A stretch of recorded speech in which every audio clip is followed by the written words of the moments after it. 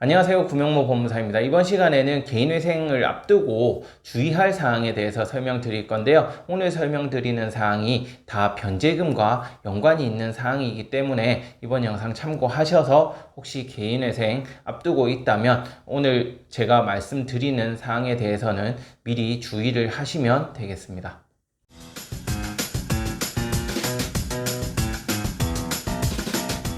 첫 번째는 개인회생을 앞두고는 대환대출을 포함한 대출을 받지 않는 것이 중요한데요. 보통은 이자가 높으니까 그 이자를 조금이라도 줄이려는 목적으로 대환대출을 받는 경우가 많아요. 그렇게 대환대출을 받고 나서도 이자 부담 때문에 결국에 회생 상담하러 오시는 그러한 사례가 많은데요. 대환대출 또한 마찬가지로 대출이기 때문에요. 대출을 받게 되면은 곧바로 개인회생을 할 수가 없습니다. 왜냐하면 대출을 받고 3개월 이내에 개인회생을 하게 되면 경우에 따라서는 사기로 인한 고소를 당할 수가 있어요. 그래서 혹시라도 기존의 대출을 좀 비싼 금리로 받게 되어서 이자 부담이 너무 크다 한다면 바로 개인회생을 상담하는 것이 중요하고요. 그 전에 대환대출을 받아서 이자를 조금 낮추겠다 이렇게 하게 되면 적어도 3개월간은 이자를 납부를 잘 하시고 나서 개인회생을 신청해야 된다는 점 꼭 알고 계셔야 되겠어요. 두 번째 주의사항은 개인회생을 앞두고 있다면 통장에서 현금을 인출하는 것을 자제하는 게 중요합니다. 현금으로 인출하는 경우에는 그 돈을 사용한 사용처에 대해서 설명을 하기가 어려워요. 그렇게 되면 현금으로 인출한 금액 전액이 청산가치에 반영되는 문제가 발생하거든요. 따라서 청산가치가 늘어나게 되면서 변제금 또한 늘어나는 그런 효과가 발생할 수 있는 거죠.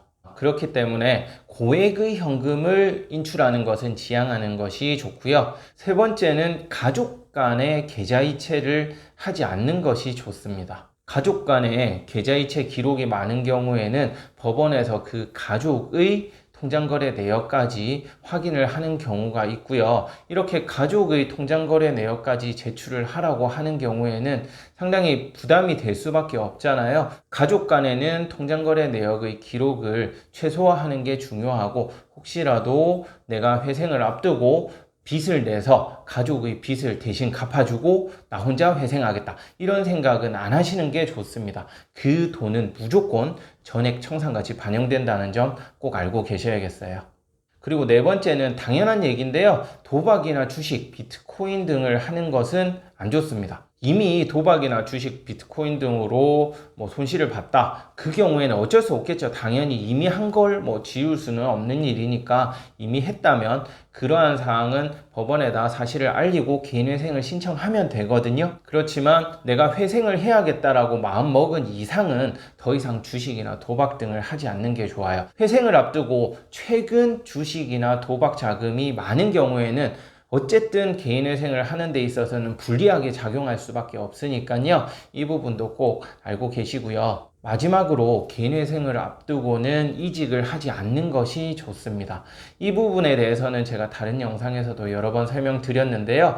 회생을 앞두고 이직이 잦은 경우에는 조건부 인가가 나올 가능성이 상당히 높아지거든요. 그 경우에는 개인회생이 끝날 때까지, 즉 3년 또는 5년이 지날 때까지 소득에 대해서 어느 정도 일정한 제약을 받게 돼요. 그러니까 혹시라도 회생을 해야겠다라고 했을 때는 가급적이면 개인회생 신청 후 개시결정은 받고 나서 이직을 하시는 게 좋고요. 최선은 개인회생 인가결정 후에 이직을 하는 것이 좋겠습니다. 이러한 개시결정이나 인가결정은 개인회생 신청 법원에 따라서 차이가 크기는 한데요. 통상적으로는 개시결정은 짧게는 3개월, 길게는 6개월 정도 보고 있고 인가결정의 경우에는 짧게는 6개월에서 길게는 8개월에서 10개월 이상 걸리기도 하니까 이 부분은 참고해서 이직 여부에 대해서 결정을 하시면 되겠네요. 네, 이번 시간에는 개인회생을 앞두고 있다면 주의해야 될 사항에 대해서 몇 가지 설명드렸는데요. 이 부분 외에도 주의할 사항은 워낙 많다 보니까 혹시라도 회생을 앞두고 있다면 상담을 통해서 여러 사항에 대해서 확인을 하시고 개인회생을 진행하시면 되겠습니다. 네, 끝까지 시청해 주셔서 감사하고요. 구독, 신청, 좋아요 부탁드리겠습니다. 고맙습니다.